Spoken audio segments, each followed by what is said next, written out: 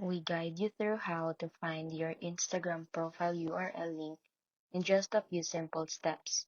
First, open your Instagram app or go to instagram.com on your browser and make sure you're logged into your account. Then go directly to your profile by tapping your profile picture at the bottom right if you're on mobile or clicking your profile icon on this tab. Once you're on your profile page, look at the top of your browser and you'll see the URL. This is your profile link and it usually looks like Instagram.com or your username. Now, if you're using the mobile app, don't see the URL. Just tap Edit Profile and note your exact username. Then manually create your link by typing instagram.com slash your username into your browser, making sure there are no spaces or errors.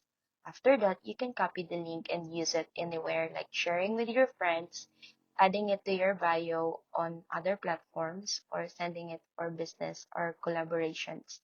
Always double check that username is correct so the link works properly.